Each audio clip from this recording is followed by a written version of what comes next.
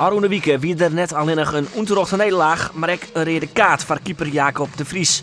Daarom maakt hij nou zijn debuut in de basis, Theo Timmermans. De eerste helft is HC Hardenberg de betere ploeg.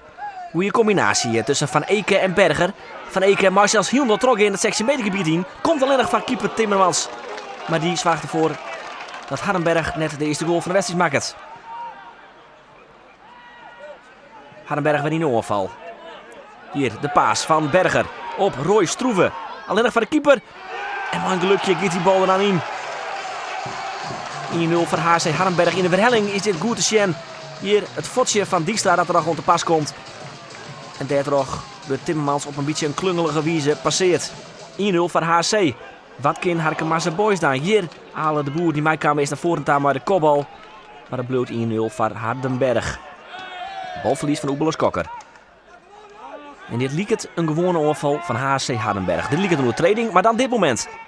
Skiesjochter van Beek die de bal vol in de buik krijgt. In eerste instantie keerde misschien nog om Leidje.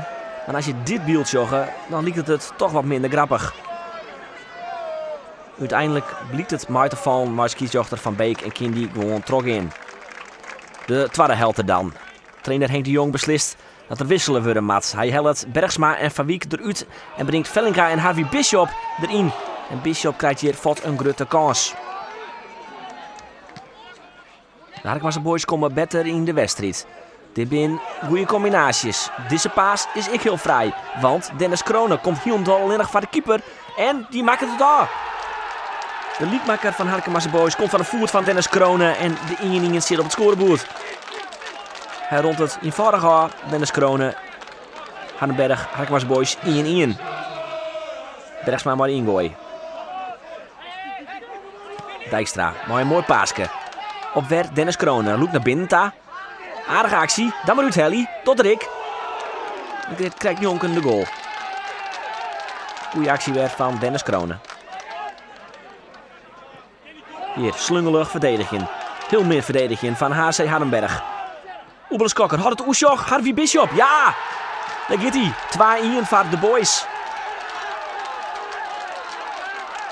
Skokker die het Oesjog had en uithaal van Bishop is vrij. Passeert de keeper van HC Hardenberg en dus 2-1. Dat kan HC Hardenberg dan nog alles op alles. Fjouwe spitsen erin.